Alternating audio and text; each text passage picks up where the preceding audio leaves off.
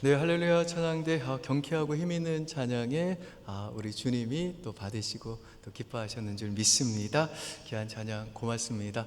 오늘 찬양할 때 좀 조명을 저희가 조금 어둡게 일부러 했습니다.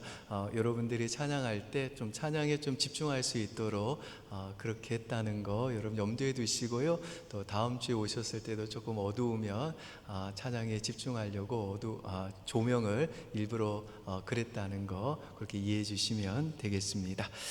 작년에 제가 이스라엘의 사사들에 관해 설교를 했는데요, 마무리를 못했습니다. 기드온까지 보고요, 그 이후에 등장하는 입다와 또 삼손에 관해서는 살펴보지 못했어요. 그래서 이번 달에는 이 두 인물에 관해 생각해 보려고 합니다. 오늘은 사사 입다를 좀 살펴보려고 하는데요, 이 입다는 이스라엘이 주변 민족 특히 암몬 자손한테 짓밟히던 어두운 시대에 등장한 사사입니다. 시대 자체가 어두움이었어요. 그런데 그 어두움 가운데 하나님이 이 사람을 통해 이스라엘을 건져 주신 겁니다. 이 시간에는 이 입다 이야기를 통해 두 가지 메시지를 생각해 보겠습니다. 첫 번째, 이 입다 이야기가 우리에게 주는 메시지는요, 하나님은 변두리로 밀려난 인생을 불러서 말씀으로 싸우게 하신다는 것입니다. 입다가 누구인지 오늘 본문이 아주 친절하게 알려줍니다. 우리 1절과 2절 한 절씩 한번 나눠 읽어볼까요? 제가 1절 읽습니다. 길르앗 사람 입다는 큰 용사였으니 기생이 길르앗에게서 낳은 아들이었고, 길르앗의 아내도 그의 아들들을 낳았더라. 그 아내의 아들들이 자라매 입다를 쫓아내며 그에게 이르되 너는 다른 여인의 자식이니 우리 아버지의 집에서 기업을 잊지 못하리라 한지라. 여기 보니까 입다는 기생의 아들이었죠. 그래서 정실 아내의 그 아들들이 자라더니 입다를 집에서 쫓아내요. 너는 출신이 다르니까 너는 우리랑 같이 있을 자격이 없다. 그러니 나가라. 이렇게 내쫓은 거예요. 그러니까 입다는요, 태생부터 그 배경과 출신이 그 시대에서 굉장히 밑바닥에 있었던 거죠. 입다가 뭐 잘못해서 쫓겨난 게 아니에요. 능력이 없어서도 아닙니다. 1절에 보니까 입다를 큰 용사라고 불러요. 실력은 있었다는 말이죠. 그런데 출신 때문에, 태생 때문에 밀려난 거예요. 그리고 집에서 쫓겨난 입다가 어디로 갔는지 3절을 한번 보시죠. 3절 여러분이 있습니다. 시작. 이에 입다가 그의 형제들을 피하여 돕 땅에 거주하며 잡류가 그에게로 모여와서 그와 함께 출입하였더라. 이 돕이라는 땅은 이스라엘 중심에서 한참 떨어진 변두리입니다. 국경 그 바깥쪽 잡류들이 모여 사는 그런 곳이에요. 그러니까 입다는 기생의 아들이었고 본진에서 쫓겨나서 가장 외곽으로 밀려난 사람이었던 거예요. 쉽게 말하면 입다는 변두리 인생이었다는 거예요. 저와 여러분의 인생도 보면 그렇잖아요. 인정받는 부분이 분명히 있어요. 내가 이건 좀 내세울 만하지, 내가 이건 좀 하지, 이런 게 있잖아요. 그런데 동시에 우리 모두 다 하나씩 변변치 않은 구석이 있어요. 나이를 먹었거나 아니면 좀 실력이 안 좋거나 뭐 이제 또 회사에서도 뭐 나이가 좀 들어서 변두리 부서에 밀려나 있거나 그런 게 우리에게도 있다고요. 우리 인생에도 이렇게 한쪽으로 밀려나고 쫓겨나고 떠밀린 그런 약한 부분이 다 있다는 거예요. 그런데 오늘 이 입다 이야기가 우리에게 보여주는 게 뭐냐면요, 하나님께서 우리 인생을 일부러 의도적으로 이 변두리로 이끌어 가시는 부분이 있다는 거예요. 내가 실패해서 변두리로 밀려난 건가? 절대 그렇지 않아요. 하나님이 의도적으로 내 인생을 변두리로 이끄시는 과정이 있다는 것입니다. 이게 절대 우연이 아니라는 거예요. 생각해 보십시오. 입다가 중심에 있었으면, 그러니까 정실 아들로 떵떵거리며 지방기업 잘 물려받고 잘 살았으면 과연 이스라엘을 구원하는 사사가 됐겠습니까? 아니에요.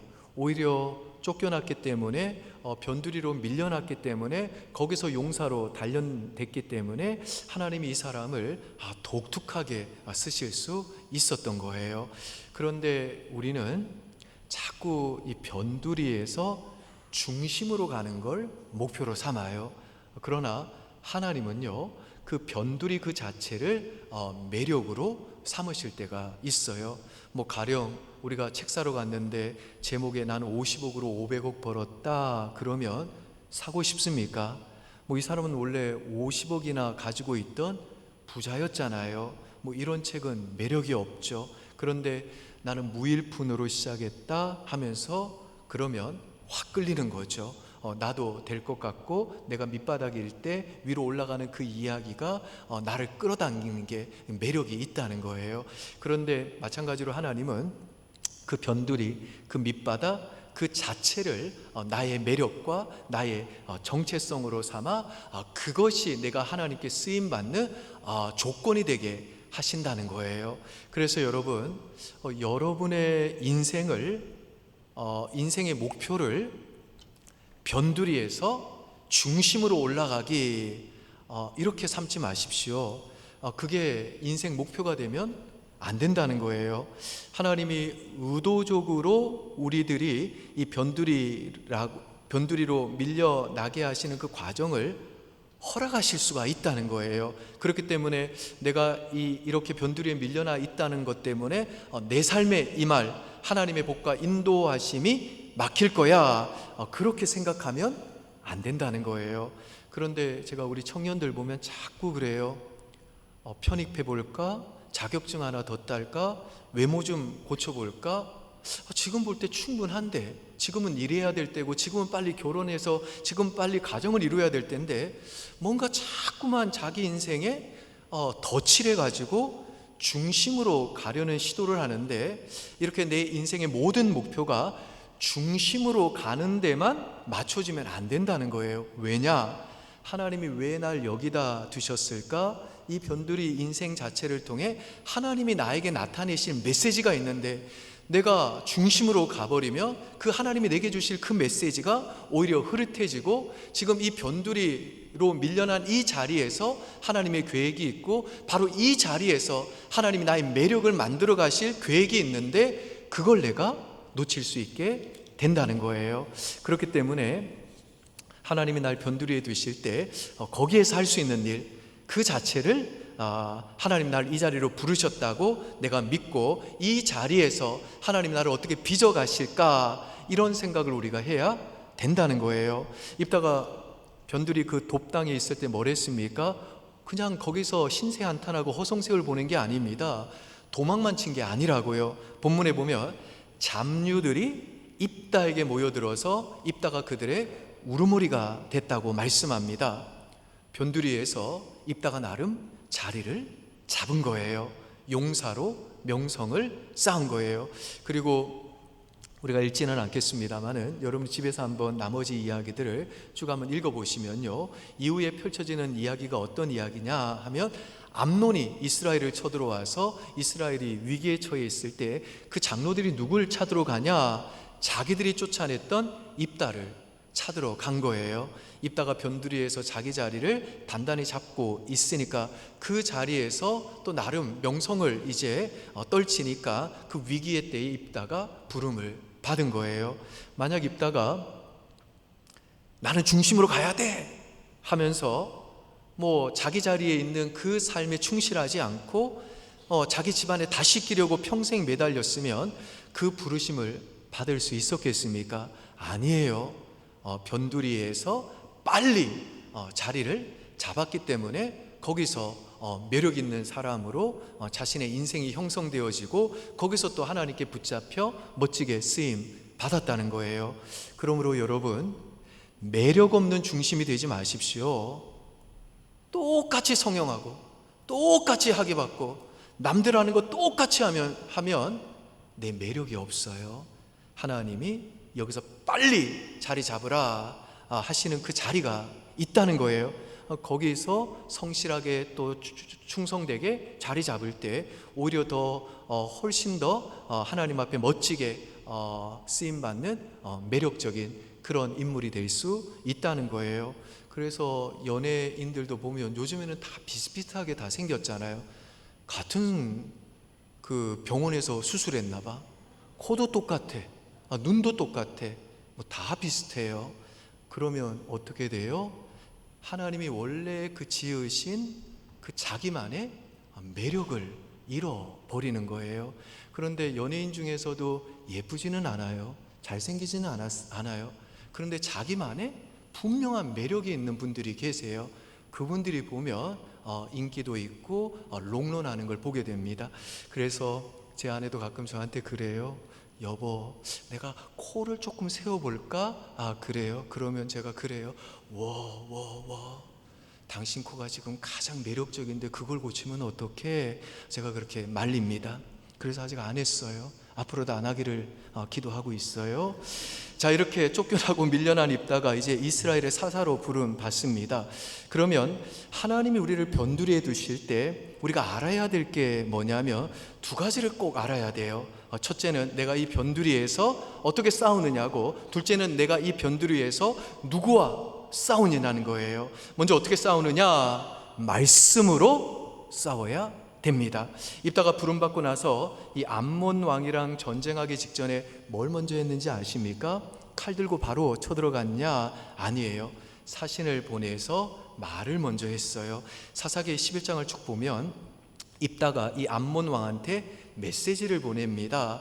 네가 왜 우리 땅을 치러 왔느냐? 그러면서 이스라엘이 역사적으로 그 땅을 어떻게 얻었는지, 하나님이 이스라엘로 하여금 어떻게 그 땅을 차지하게 하셨는지, 하나님이 어떻게 인도하셨는지를 보여줘요. 그리고 27절에 있다가 마지막으로 이렇게 선언합니다. 27절 한번 보실까요? 시작. 내가 내게 죄를 짓지 아니하였거늘 내가 나를 쳐서 내게 악을 행하고자 하는도다. 원하건대 심판하시는 여호와께서 오늘 이스라엘 자손과 암몬 자손 사이에 판결하시옵소서 하였으나. 여기 보니까 읽다가 뭘 붙들고 있습니까? 뭐 자기 실력, 자기 힘, 군사력, 자기 깡이 아니에요. 심판하시는 여호와, 즉 하나님은 재판장이시며 악을 심판하시는 하나님이다. 입다는 이 하나님 말씀 붙잡았다는 거예요. 여러분, 이게 하나님이 우리를 변두리에 두실 때 우리가 싸우는 방식입니다. 지금 내 인생이 변두리에 있어요. 능력이 없어요. 연약하고 밀려나 있어요. 은퇴한 이후에 또 오라는 데도 없습니다. 어느 순간 직장을 잃었어요. 그럼 어떻게 그 자리에서 쓰임받냐? 내가 중심으로 가야지, 이게 아니라는 거예요. 이건 외적인 개선이에요. 내 외적인 조건을 바꾸려는 노력, 스펙을 더 쌓는 거, 인정받으려는 몸부림, 이거 다 외적인 개선이에요. 이런 노력이 쓰잘데기 없다는 게 아닙니다. 그게 아니라 이 외적인 조건을 바꾸려는 걸 내 인생의 목표로 삼으면 안 된다는 거예요. 내 외적인 게 개선돼야 내 인생이 열린다? 그게 아니라는 거예요. 그럼 어떻게 이깁니까? 하나님이 이 자리에서 내게 주신 특정한 말씀, 그거 하나 붙들고 실행하는 거예요. 그거 하나로 족하다는 거예요. 입다가 군대가 더 강해서 이긴 게 아닙니다. 뭐 정실 아들로 신분이 바뀌어서 이긴 것도 아닙니다. 외적인 게 개선돼서 이긴 게 아니라고요. 그게 아니라 하나님 말씀, 여호와께서 판결하신다. 재판장이신 하나님이 악을 심판하신다. 이 말씀 하나 믿음으로 붙들고 나아갔다는 거예요. 여러분, 우리 인생을 볼 때 자꾸 무너지는 게 뭡니까? 회사가 흔들려요. 학교가 불안해요. 정책이 바뀐대요. 나라가 불안합니다. 그런데 하나님이 뭐라고 하시냐? 너 그거 신경 쓰지 마. 그건 내가 알아서 할게. 너는 내가 너한테 준 그 말씀, 그거 믿고 나가면 돼. 그것만 순종하면 돼. 그러면 그 끝에 내가 준 승리가 있을 거야. 하나님께서 저와 여러분에게 맡기신 일 있죠. 하나님이 내게 주신 마음 있잖아요. 너 그거 해. 그것만 제대로 하면 나머지는 내가 다 알아서 할게. 이게 하나님이 우리를 변두리에 두셨을 때 우리가 싸워 우리 인생을 승리의 길로 걸어가게 되는 방식이라는 거예요. 여러분, 하나님께서 때로 저와 여러분을 어떤 개선의 여지가 전혀 없어 보이는 상황으로 몰아가실 때가 있어요. 뭐 내가 이거 해봐야 뭐해, 이런다고 되겠어 싶은 곳으로 몰아갈 때가 있다고요. 그런데 바로 거기서 하나님께서는 우리들이 그 말씀 하나 붙들고 순종하는 믿음의 훈련을 받게 하시는 거예요. 뭐 예를 들어볼까요? 반응 없는 자녀한테 끝까지 친절하게 대답하기. 회복이 이제는 더 이상 안 보이는 그 가정에 병든 가족 끝까지 돌보기. 눈도 안 마주치는 학생 사랑해주기. 선물 받고 고맙다는 말도 안 하는 사람한테 또 선물해주기. 알아주지도 않는 업무 성실하게 감당하기. 날 무시하는 남편, 아내 끝까지 섬기기. 내 인사를 계속 씹는 사람한테 계속 인사하기. 여러분, 이거 내 자존심으로는 절대 안 될 일이죠. 내 능력으로는 절대 안 될 일이죠. 그런데 하나님이 그런 대로 우리를 몰고 가신 다음에 말씀하신다는 거예요. 개선되는 거 안 보여도 네가 붙든 그 말씀, 그것만 실행해. 그 말씀대로만 한번 순종해봐. 나머지는 내가 다 보고 있어. 내가 다 이루어지게 할게. 이렇게 말씀해 주신다는 거예요. 자, 그러면 내가 변두리에 있을 때 내가 누구와 싸우느냐? 사실은 두려움과 싸우는 거예요. 본문이 뭐 대놓고 입다가 두려움과 싸웠다 이렇게는 말씀하지 않습니다. 그런데 여러분, 입다 입장에서 한번 생각해 보세요. 자기를 쫓아낸 이스라엘이 이제 와서 도와달라고 합니다. 암몬은 강한 족속이에요. 입다 마음에 왜 두려움이 없었겠어요? 내가 이걸 한다고 될까? 저 사람들이 정말 날 따를까? 암몬을 정말 이길 수 있을까? 내가 설령 이긴다 할지언정 내가 다시 이 사람들한테 쫓겨나가는 건 아닐까? 그러니까 입다가 진짜 싸워야 했던 대상은 겉으로 보면 암몬이 적이에요. 그런데 사실 입다가 이겨야 했던 진짜 대적은 누구냐? 내가 정말 할 수 있을까 하는 자기 안에 두려움이었다는 거예요. 여러분 한번 생각해 보십시오. 내가 방황하는 자녀한테 말을 해요. 그런데 자녀 고집이 너무 세요. 말을 안 들어요. 그러면 그때 우리가 왜 무너집니까? 이런다고 애가 변할까 하는 내 불안함, 내 두려움 때문에 무너지는 거예요. 진상 고객이 세게 나와요. 팀장이 막 나를 압박해요. 정책이 바뀌어요. 우리는 그것 때문에 무너진다고 생각합니다. 아니라는 거예요. 상대가 더 세져도 괜찮아요. 진짜 없어지지 않는 건 내 안에 두려움인 거예요. 그러니까 하나님께서 입다를 훈련시키듯 저와 여러분한테도 말씀하시는 거예요. 너 누구랑 싸우고 있니? 그 사람들이랑 너 싸우는 거 아니야. 너는 지금 너의 두려움과 싸우고 있는 거야. 그러므로 여러분, 자녀한테 화내지 마십시오. 그 직원한테 소원해하지 마십시오. 그 팀장이 내 미래를 막을 거야. 이 정책 변화 때문에 내 앞길이 막힐 거야. 그렇게 생각하지 마십시오. 우리는 자꾸만 착각해요. 내가 뭐 자신감을 가져야지, 내가 실력을 더 갖추어야지, 내가 더 용기를 내야지, 내가 깡이 더 좋아져야지 하고 내가 세게 나가면 될 줄 알아요. 거기에 능력이 없다는 거예요. 거기에 승리가 없다는 거예요. 내가 두려워하지 않을 수 있는 진짜 이유가 뭐냐? 내 실력이 좋아서 혹은 내 깡이 세서 두려움을 이기는 게 아니라 하나님이 내게 주신 이 변함없는 신실한 말씀, 이 말씀이 천지를 지은 능력이 있는 만큼 강력하기 때문에 내가 한결같이 하나님이 내게 주신 이 말씀대로만 순종하면 결국 이 말씀이 내게 승리를 줄 것이다. 이 믿음이 있기에 두려워하지 않을 수 있다는 거예요. 믿습니까, 여러분? 두 번째, 이 입다 이야기가 우리에게 주는 메시지는 변두리 인생은 그 한과 상처를 하나님 앞에 쏟아 부어야 합니다.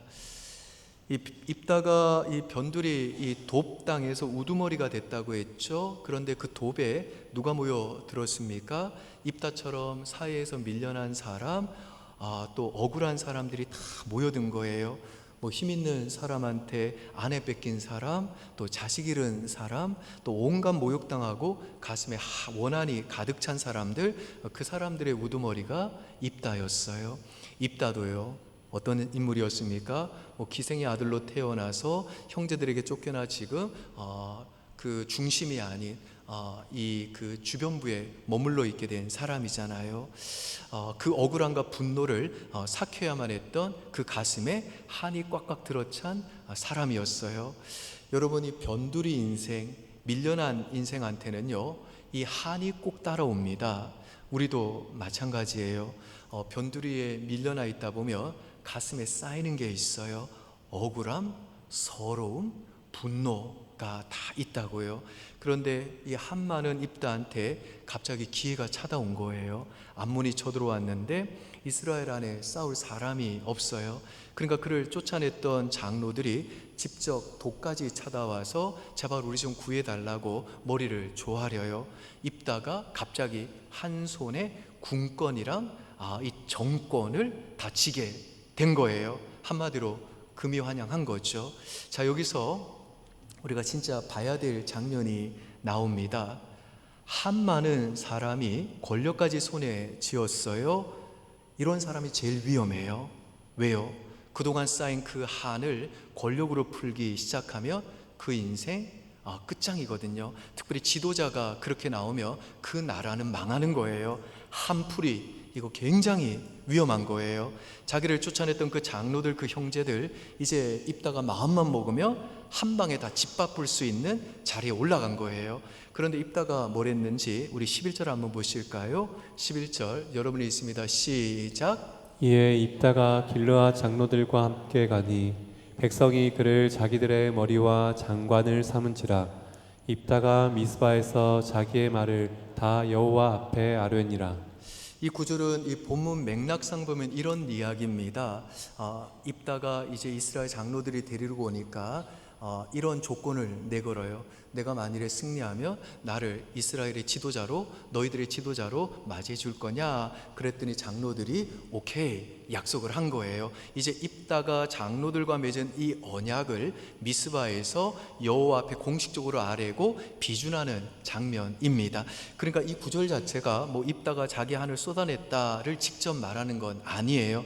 그런데 입다가 권력을 쥐자마자 제일 먼저 향한 곳이 어디입니까? 자기를 쫓아낸 장로들한테 칼을 들이댄 게 아니라 하나님 앞으로 간 거예요. 그러니까 입다가 그 쌓인 한을 어디다 풀었다는 거예요? 사람한테 1차적으로 안 풀었어요. 자기를 쫓아낸 장로들한테 복수 안 했다고요. 하나님 앞에 가서 먼저 그 한을 다 쏟아낸 거예요. 물 쏟듯이 다 쏟아낸 거죠. 여러분, 이게 변두리 인생이 가져야 될 중요한 영성입니다. 한을 사람들한테 풀면 또 다른 한이 생겨요. 상처가 상처를 낳아요. 그런데 하나님 앞에 그 한과 상처를 다 쏟으며 거기서 악순환이 끊깁니다. 분노도 넘어서게 되고 미워했던 사람들 다독여서 같이 협력해서 전쟁터로 나갈 수 있게 되는 힘을 얻게 되는 거예요. 여러분들도 나름 다 한이 있으시죠? 뭐 살다 보면 억울한 일, 답답한 일, 속상한 일 있잖아요. 그거 어디다 푸십니까? 사람한테 풀지 말고 하나님 앞에 푸십시오. 하나님 앞에 다 쏟으십시오. 그럼 내 상처가 나한테서 멈춰요. 내 자식한테, 다른 사람한테 전염 안 되고 안 옮겨가요. 이게 입다가 보여준 거예요. 그런데 여기서 우리가 주목해서 봐야 될 게 하나 더 있습니다. 여기까지 이야기가 끝나면 참 좋은데 입다가 하나님 앞에 그 한을 잘 쏟아냈어요. 그러자 29절에 보면 입다에게 성령의 능력도 임합니다. 그래서 멋지게 전쟁에 나가는데 이때 입다가 성경 가운데 가장 유명한 서원을 합니다. 건강한 서원이 아니라 잘못된 서원을 해요. 입다가 하나님께 이렇게 기도합니다. 하나님, 이번 전쟁에서 이기게 해주시면 제가 돌아올 때 우리 집에서 나를 제일 먼저 영접하는 사람, 그 사람이 누구든지 간에 제가 번제물로 드리겠습니다. 인신 제사를 드리기로 소원을 해버린 거예요. 29절에서 31절까지 제가 29절 읽고 여러분이 2절 읽어주십시오. 29절 제가 읽겠습니다.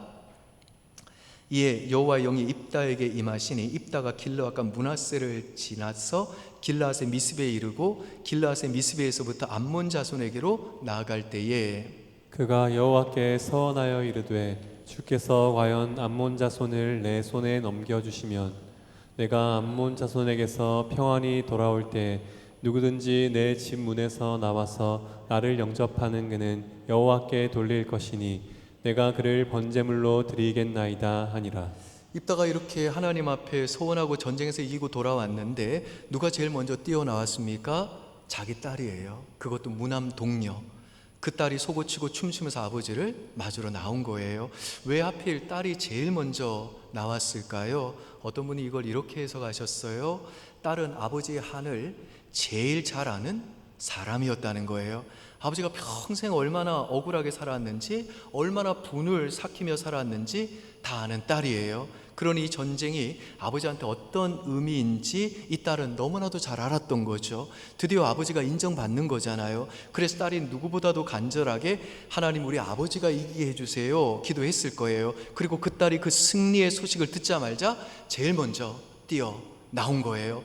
입다가 그 딸을 보고 옷을 찢고 통곡합니다. 34절과 35절도 여러분이 읽습니다. 시작. 입다가 미스바에 있는 자기 집에 이를 때 보라, 그의 딸이 소고를 잡고 춤추며 나와서 영접하니 이는 그의 무남 동료라. 입다가 이를 보고 자기 옷을 찢으며 이르되 어찌할꼬 내 딸이여, 너는 나를 참담하게 하는 자요, 너는 나를 괴롭게 하는 자 중에 하나로다. 내가 여호와를 향하여 입을 열었으니 능히 돌이키지 못하리로다 하니. 여러분, 입다가 왜 이런 끔찍한 소원을 했을까요? 이건 야심이 아니에요. 이건 집착이에요. 집착. 상처에서 나온, 그 한에서 나온 집착이에요. 생각해 보십시오. 평생 억울하게 산 사람한테 인생을 단번에 만회할 기회가 찾아온 거예요. 이 기회를 그래서 어떻게든 붙잡고 싶었겠죠. 어떻게든 이기고 싶었겠죠. 상처가 깊은 사람은 이렇게 뭔가를 꽉 움켜쥐어요. 그러다가 선을 넘어버리는 거죠. 그래서 안 해도 될 잘못된 소원까지 해버린 거예요. 여러분, 사람이 극단으로 가는 건 대부분 야심 때문이거나 아니면 상처와 트라우마 때문입니다. 입다는 후자였어요. 한은 하나님 앞에 쏟아냈는데 그 깊은 상처 자체는 아직 치유가 안 된 거예요. 그 치유가 안 된 상처가 심지어 성령 충만함을 받은 상태에서도 집착으로 튀어나와 가지고 결국 딸을 번제물로 바치는 비극까지 간 거예요. 그래서 오늘 우리가 이 입다의 잘못된 소원을 통해 배워야 될 교훈을 제가 4가지로 짧게 여러분에게 말씀드리고 말씀을 마칠게요. 첫째, 야심이나 집착 때문에 극단적인 신앙 행위를 하지 마십시오.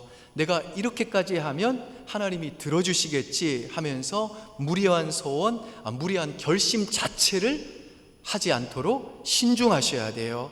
될 수 있으면 소원 같은 건 안 하셔야 돼요. 물론 건강한 소원도 있습니다만 만약에 그것이 집착 때문에 내가 하게 되는 소원이라면 안 하시는 게 좋다는 거예요. 그건 믿음이 아니라 상처에서 나온 집착일 때가 많아요. 그 집착이 사람을 극단까지 몰고 가는 거예요. 둘째, 잘못된 소원은요, 안 지켜도 됩니다.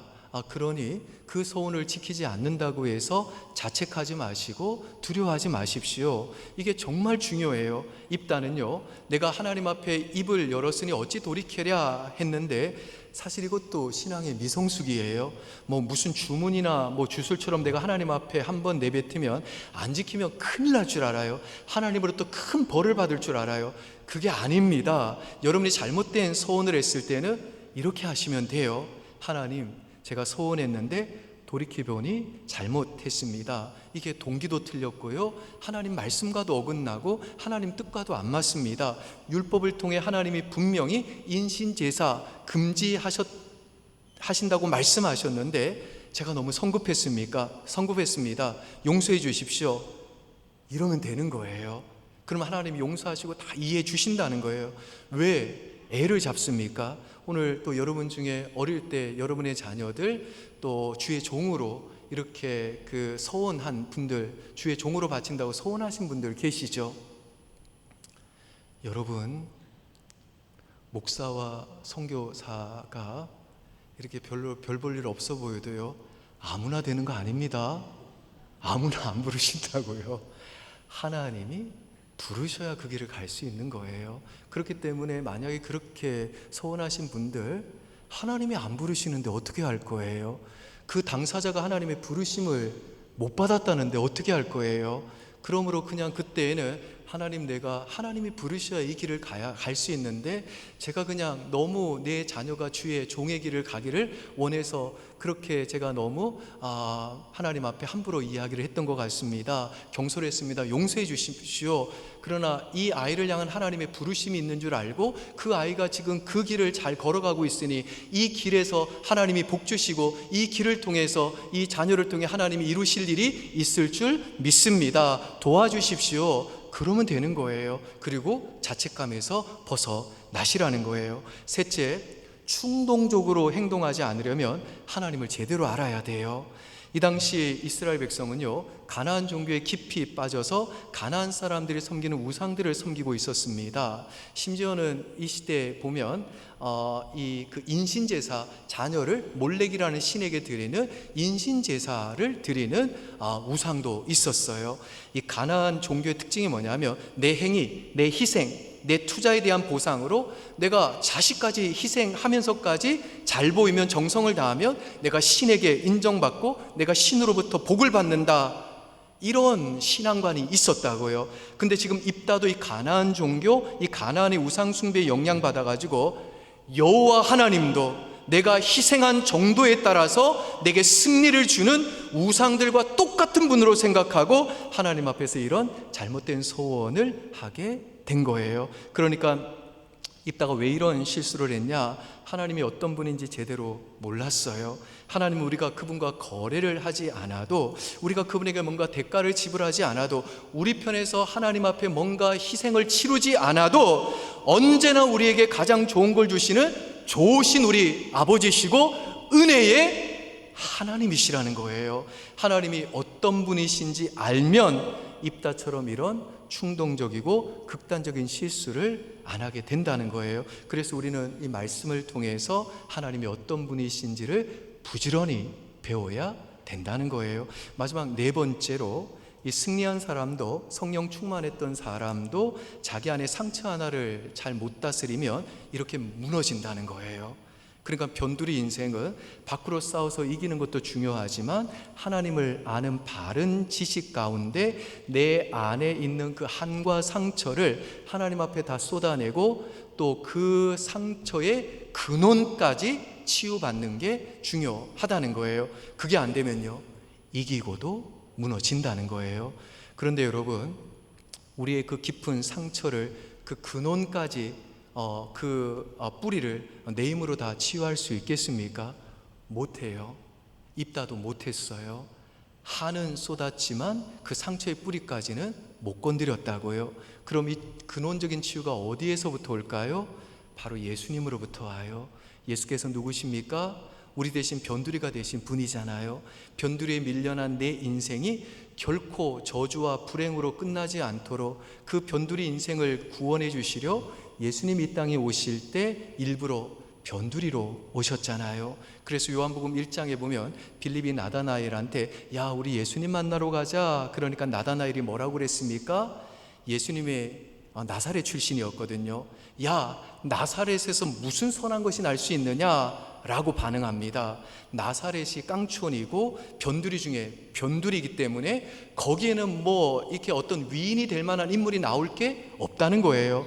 입다가 변두리 돕당에서 사사로 부름받아 이스라엘 본진으로 들어가 암몬을 무찔렀던 것처럼 예수님도 나사렛이라는 그 깡촌 외곽에서 시작하신 거예요. 그리고 어디까지 가셨습니까? 예루살렘 성 안으로 들어가서 성전을 뒤엎어 주시고 또 십자가 판결을 받으시는 데까지 외곽에서 본진으로 전진하면서 승리를 거두신 거예요. 그런데 입다와 예수님이 결정적으로 다른 게 하나 있습니다.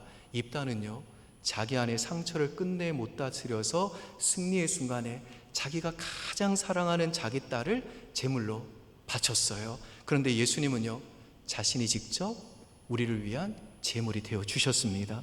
우리 대신 우리 죄뿐 아니라 우리의 상처와 한을 짊어지시고 십자가에서 죽으신 거예요. 입다가 잘못된 서원으로 딸을 잃은 그 자리에서 예수님은 하나님 아버지의 그 온전한 뜻을 따라 자기 목숨을 내어 주신 거라고요. 그러니까 오늘 저와 여러분에게 우리 하나님께서 우리 주 예수 그리스도의 십자가를 통해 주시는 확신이 뭡니까? 우리의 이 변두리 자리가 절대 변두리의 그 불행과 저주로 끝나지 않을 것이다.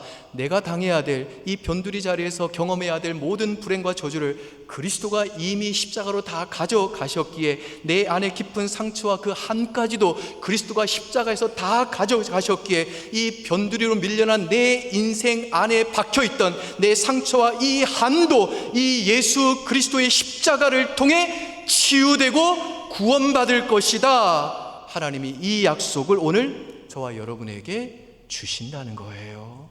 그러므로 오늘 저와 여러분 이렇게 고백할 수 있기를 바랍니다.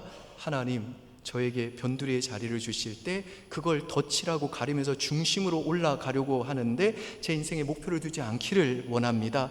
하나님이 그 선한 계획 가운데 나를 두신 이 자리에서 내가 하나님이 내게 주신 그 말씀에 순종하는 그 하나에만 내가 집중하겠습니다. 하나님이 개선이 안 보이는 그 상황에 나를 두실 때에도 내가 온전히 하나님의 그 부르심에는 후회가 없고 실수가 없음을 믿고 내게 이 자리에서 주신 그 말씀 붙잡고 순종하는 거 훈련받겠습니다. 그리고 제 안에 쌓인 이 한과 상처를 사람한테 풀지 않고 하나님 앞에 내가 다 쏟아붓겠습니다. 예수 그리스도의 그 십자가 능력으로 그 상처를 내가 치유받아 내 인생이 집착으로 무너지지 않는 믿음의 사람 되기를 원합니다. 또한 내가 이만큼 바칠 때니 하나님 저에게 승리를 주십시오. 이런 거래로 하나님을 움직이려 하지 않겠습니다. 하나님, 제가 무엇을 바쳐야 움직이시는 분이 아니라 이미 저를 위해 그 아들까지로 제물로 내어주실 정도로 날 사랑하시고 날 위해 먼저 희생하시는 좋으신 내 아버지십니다. 그러니 제가 잘못된 소원을 통해 하나님과 거래하지 않아도 내 편에서 먼저 하나님 앞에 뭔가를 희생하지 않아도 하나님은 이미 저에게 가장 좋은 것을 주고 계시고 앞으로도 주실 줄 믿습니다. 내 인생이 하나님의 그 선하신 손 안에서 절대 무너지지 않는다는 이 믿음 가지고 하나님이 내게 주신 그 말씀에 순종하여 승리하는 인생 되게 하여 주시옵소서. 오늘 이 믿음의 고백을 가슴에 품고 이 예배당 나가는 우리 연평의 모든 가족들 되시기를 주님의 이름으로 축원드립니다. 축원합니다.